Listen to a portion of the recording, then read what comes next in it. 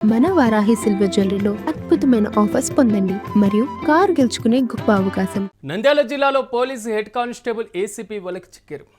Allagadda town PS head constable Koteswararao 15,000 రూపాయలు లంచం తీసుకుంటుండగా పట్టుబడ్డారు. ఒక కేసులో స్టేషన్ బెయిల్ ఇవ్వడానికి 35,000 రూపాయలు లంచం డిమాండ్ చేయగా కమ్మరి రఘునాథాచారి ఏసీబీని ఆశ్రయించారు. ఇప్పటికే 20,000 ఇచ్చినటువంటి బాధితుడు మరో 15,000 రూపాయలు ఇస్తుండగా ఏసీబీ అధికారులు రెడ్ హ్యాండెడ్గా పట్టుకున్నారు. సోమన్న, నేను ఏసీబీ డిఎస్పీ కర్నూలు. మాకు కమ్మర రఘునాథాచారి తర్వాత అలియాస్ రంగస్వామి అనే వ్యక్తి ఇతని పైన తర్వాత వీళ్ళ అన్న పైన ఇద్దరి పైన కేసు ఉంది, రిజిస్టర్ అయింది ఇక్కడ ఆలగడ్డ టౌన్ పోలీస్ స్టేషన్లో. క్రైమ్ నెంబర్ వచ్చి 22/26. ఇది అండర్ సెక్షన్ 118. అంటే ఇది అర్ట్ కేసు. ఇది కొట్టినాడని, రాయితో కొట్టినాడని ఇతని పైన ఇదైంది. దీనికి హెడ్ కానిస్టేబుల్ వచ్చి అతన్ని డబ్బులు ఇవ్వకపోతే రిమాండ్ పంపిస్తాను అని చెప్పి బెదిరించి 15,000 డబ్బులు ఈరోజు తీసుకుంటుండగా పట్టుకున్నాము. ఆల్రెడీ ఇంతకుముందు 20,000 తీసుకున్నాడు. ఇదే కేసులో 35,000 సెటిల్ అయింది. ఆల్రెడీ 20,000 తీసుకున్నాడు. ఇప్పుడు రిమైనింగ్ 15,000 ఇస్తుంటే ఈరోజు పట్టుకోవడం జరిగింది. అదే అంతే. సోదాలు ఇంకా ఏం చేయలేదు. ఇంకా దీంట్లో ఇప్పటివరకు ఎవరు లేరు, ఇంకా విచారిస్తాము.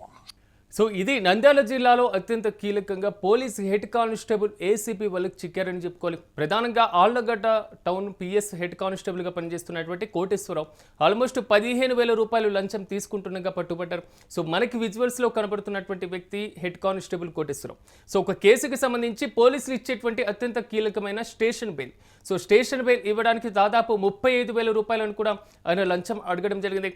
కమ్మరి రఘునాథాచారి ఈ నేపథ్యంలో ఆల్మోస్ట్ ఆయనకి డబ్బులు 20,000 రూపాయలు ఇచ్చినటువంటి పరిస్థితి, మరో 15,000 రూపాయలు కూడా ఇవ్వాల్సినటువంటి నేపథ్యం ఉన్నటువంటి సిచ్యువేషన్. ఈ నేపథ్యంలో కమ్మరి రఘునాథాచారి ఏసీబీ అధికారుల్ని ఆశ్రయించడం జరిగింది. ఇప్పటికే నేను 20,000 రూపాయలు ఇచ్చానని, మరో 15,000 రూపాయలు ఇవ్వాలని, ఈ విధంగా డబ్బులు డిమాండ్ చేస్తున్నారు స్టేషన్ బెయిల్ ఇవ్వడానికి అంటూ కూడా ఆయన ఫిర్యాదు చేసినటువంటి పరిస్థితి కనబడుతుంది. ఈ నేపథ్యంలో రంగంలోకి ఏసీబీ అధికారులు దిగారు. పూర్తి స్థాయిలో రెడ్ హ్యాండెడ్గా 15,000 రూపాయలు ఇస్తుండగా రెడ్ హ్యాండెడ్గా హెడ్ కానిస్టేబుల్ని పట్టుకోవడం జరిగింది. ఈ వార్త మాత్రం కొంతవరకు జిల్లా వ్యాప్తంగా కలకలం రేపుతున్నటువంటి పరిస్థితి కనబడుతుంది. పోలీస్ స్టేషన్లో పోలీసులు అత్యంత కీలకంగా ఇచ్చేటువంటిది స్టేషన్ బెయిల్. ఆ స్టేషన్ బెయిల్ కూడా అవినీతిమయమవుతున్నటువంటి సిచ్యువేషన్ వైపు అడుగులు వేస్తుందా అనేటువంటి ప్రశ్న బలంగా వినబడుతుంది. నంద్యాల జిల్లాలో చోటు చేసుకున్నటువంటి ఈ కేసే దానికి ప్రధాన ఉదాహరణగా నిలుస్తుంది. నంద్యాల జిల్లాలో ఏసీబీకి హెడ్ కానిస్టేబుల్ చిక్కడంతో మాత్రం పోలీస్ అధికారులు అప్రమత్తమయ్యారు. అతను రెడ్ హ్యాండెడ్గా పట్టుబడ్డారు కాబట్టి ఆల్మోస్ట్ అతన్ని సస్పెండ్ చేసేటువంటి అవకాశాలు ఏమైనా కనబడుతున్నాయా? స్టేషన్ బెయిల్ కోసం 35,000 రూపాయలు డిమాండ్ చేసినటువంటి వైనంపై గతంలో ఆయన ఏమైనా అవినీతికి పరమైనటువంటి చర్యలకు పాల్పడ్డారా అనేటువంటి కోణంలో కూడా పోలీసులు దర్యాప్తు చేయాలంటూ కూడా ప్రజా సంఘాలు డిమాండ్ చేస్తున్న పరిస్థితులు కనబడుతున్నాయి.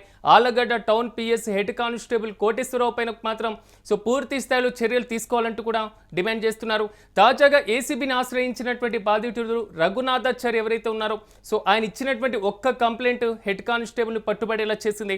మొత్తం మీద రెడ్ హ్యాండెడ్గా పట్టుబడినటువంటి వైనం కాబట్టి ఆల్మోస్ట్ కెమెరాస్తో మరి ముఖ్యంగా ఫోటోలతో కూడా ఏసీబీ అధికారులు ఒక్కసారిగా రంగంలోకి దిగినటువంటి పరిస్థితులు కనబడుతున్నాయి.